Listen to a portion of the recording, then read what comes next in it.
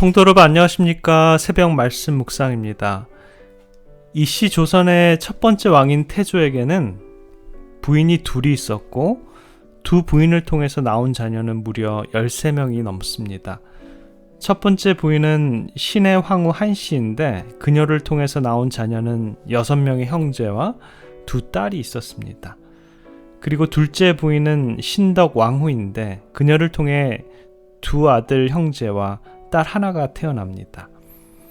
문제는 태조가 둘째 부인인 젊은 신덕 왕후를 더 사랑하고 그녀를 통해서 낳은 자식을 태자로 삼게 됩니다.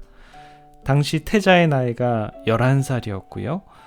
태조의 첫 번째 아들인 방우는 39이었으며 세자 책봉에 가장 큰 불만을 품고 있었던 방원의 나이는 26이었습니다. 태조가 고려를 무너뜨리고 이씨 왕조를 세우는데 혁혁한 공을 세운 사람은 다름 아닌 방원이었는데요. 그는 최영 장군을 쳤고 정몽주를 살해했으며 고려의 마지막 왕인 공양왕을 폐해시킬 뿐만 아니라 이성계를 등극시킨 주인공이었습니다. 공적을 따지자면 세자 자리는 당연히 방원에게 돌아가야 했지만 조선 개국 후 그에게 돌아온 것은 아무것도 없었지요. 오히려 왕후 강씨와 정도전 등 개혁파의 배척으로 군권을 상실하고 개혁공신 책록에서도 제외당하면서 굴욕을 맛보아야 했습니다. 그런 가운데 세자 자리마저 강씨의 소생인 방석에게 빼앗기게 됩니다. 그 때문에 1398년 무인년 8월 25일 방원을 비롯한 신의 왕후의 한씨 소생 왕자들이 사병을 동원하여 정도전, 남은 심효생 등 반대파 세력을 불의에 습격해서 살해하고 세자 방석과 그의 이동복형 방변을 죽이는 사건이 일어납니다. 이를 우리는 조선 역사에서 제1차 왕자의 난이라고 말하는데요.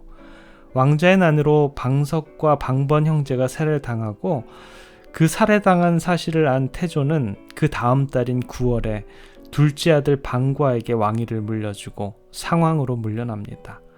방과는 동생 방원의 뜻에 따라 조선 제2대 왕인 정종으로 등극합니다. 정종이 세자 책봉 문제를 두고 고심할 당시 세자 책봉에 노골적으로 관심을 드러낸 사람은 방원의 바로 윗형인 방간이었습니다. 그리고 방원을 도와 제1차 왕자의 난을 성공적으로 이끈 사람은 박포라는 사람이었는데요. 그런데 그는 1등 공신으로 피봉되지도 못했음을 불평하다가 도리어 영동으로 귀양살이를 하는 처지였는데 세자 책봉에 관심이 많았던 방간이 방원에게 불만을 품고 있음을 알고 방원이 방간을 죽이려 한다라고 박포라는 이가 밀고를 해서 방간으로 하여금 방원을 치게 했던 것이죠. 방간은 박포의 말을 확인하지도 않은 채 방원과 개성 한복판에서 치열한 전투를 벌였지만 방원을 이겨낼 수가 없었습니다. 끝내 큰형인 방간은 체포되고 유배되어서 또 박포는 붙잡혀서 사형당하는 것으로 난이 수습되었는데 이를 두고 역사는 제2차 왕자의 난, 방간의 난 혹은 박포의 난이라고 합니다. 이 일이 있은 후 한 달 후에 방원은 세자로 책봉되었고 같은 해 11월에 왕위를 정종으로부터 물려받아서 조선 제3대 태종이 됩니다. 왕위를 찬탈하기 위해 형제들을 무참히 죽이면서 조선이 시작되었습니다. 왕자들 사이에 2번이나 피비린내 나는 전쟁이 있었고 많은 왕자들이 죽어야 했습니다. 그들은 서로 왕위를 빼앗으려고 피를 나눈 형제를 죽여야 했지요. 동기는 같지 않지만 비슷한 이야기가 성경에도 나옵니다. 그들은 왕위 찬탈을 위해 피를 나눈 형제들을 죽인 것은 아닙니다. 이복 여동생을 강간을 당하자 이를 한 압살롬이 여동생을 겁탈한 암몬뿐만 아니라 왕의 모든 아들까지 다 살해하는 끔찍한 일이 성경에 기록되어 있습니다. 복수심으로 인해서 아버지가 자기 동생을 강간한 암몬에 대해 아무것도 하지 않은 방간 때문에 사무엘하 13장이 우리들에게 끔찍한 역사적인 사실로 전해지고 있지요. 사무엘하 13장에 나오는 주요 등장인물은 다말과 암논 그리고 압살론입니다. 암논은 다윗이 헤브론에서 이스라엘 여인 아히노함을 통해서 낳은 아들이었고, 압살롬과 다말은 그술왕 달메의 딸 마아가의 자녀들이었습니다. 다시 말하면 그들은 배다른 이복 형제들이었습니다. 그리고 압살롬과 다말은 이복 형제였을 뿐만 아니라 유일하게 이스라엘 민족이 아닌 이방인 여인에게서 나온 자녀들이었죠. 그래서 다윗의 자녀들 중에서 천시되었을 가능성이 많이 있습니다. 암논은 형제 중에 가장 많이 장성한 첫 번째 아들이었고, 아마도 사춘기의 정욕과 성욕을 참지 못했을 가능성이 많습니다. 얼마나 정욕이 들끓었던지 병이 날 정도였습니다. 특별히 과연하게 자란 이복 여동생인 다말이 그에게는 자신의 정욕을 해결할 수 있는 가장 적절한 대상이었습니다. 다윗에게서 난 다른 딸들도 많지만 특별히 다말은 다윗의 자녀 중에서 세컨드 클래스에 취급받는 천한 어머니에게서 나온 이방인 출신이었기 때문에 넘나보기에 너무나도 자연스러웠을 것입니다. 암논이 노린 것은 다말이 아니었고 다말의 몸이었습니다. 그가 병을 앓도록 가지고 싶었던 것은 다말이라는 한 인격체가 아니고 다말이 서유한 성숙한 몸이었습니다. 사무엘하 13장 1절 2절에는 그가 얼마나 그녀의 몸을 원했는지 성경은 잘 기록해 주고 있습니다. 그 후에 이 일이 있으니라. 다윗의 아들 압살롬에게 아름다운 누이가 있으니 이름은 다말이라. 다윗의 아들 암논이 저를 연애하나 저는 처녀이므로 어찌할 수 없는 줄을 알고 암논이 그 누이 다말을 인하여 심화로 병이 되니라. 그러나 그가 그의 욕구를 채우고 나서 다말을 어떻게 했습니까? 그가 다말을 사랑하지 않고 다말의 몸을 사랑했음을 다음 성경절이 말해주고 있습니다. 사무엘하 13장 15절에 보면 그리하고 암논이 저를 심히 미워하니 이제 미워하는 미움이 이왕 연애하던 연애보다 더한지라. 암논이 다말을 사랑하지 않고 자신의 정욕을 따라 다말을 겁탈한 이 무모한 행동이 어디에서 왔을까요? 그에게도 분명히 선과 악을 구별하는 양심이라는 것이 있었을 것입니다.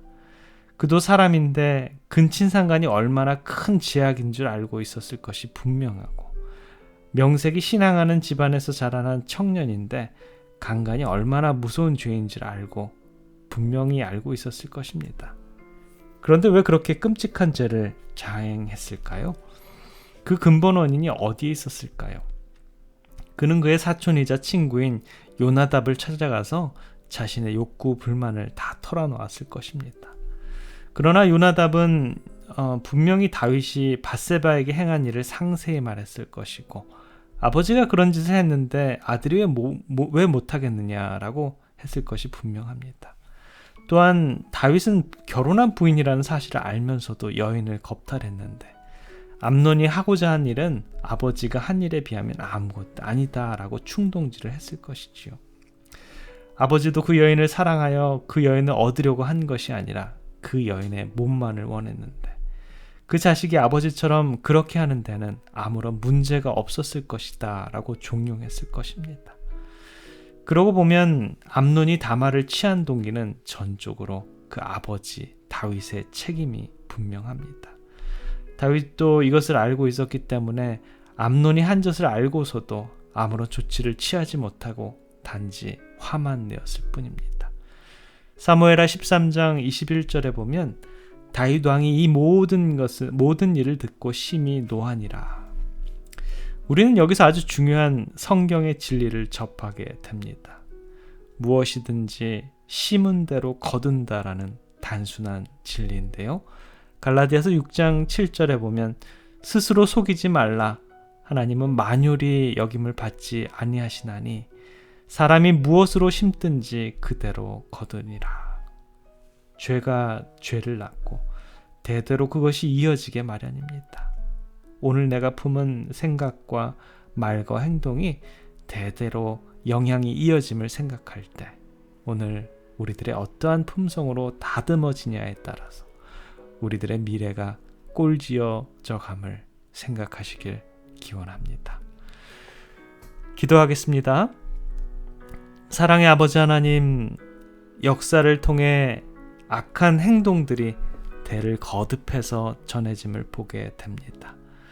우리들의 삶이 선한 영향력 안에서 꼴지워지도록 주님, 저희들을 인도해 주시옵소서. 우리들을 사랑하여 주시고 영원한 생명의 샘으로 인도하시는 우리 구주 예수 그리스도의 이름으로 간절히 기도드립니다. 아멘.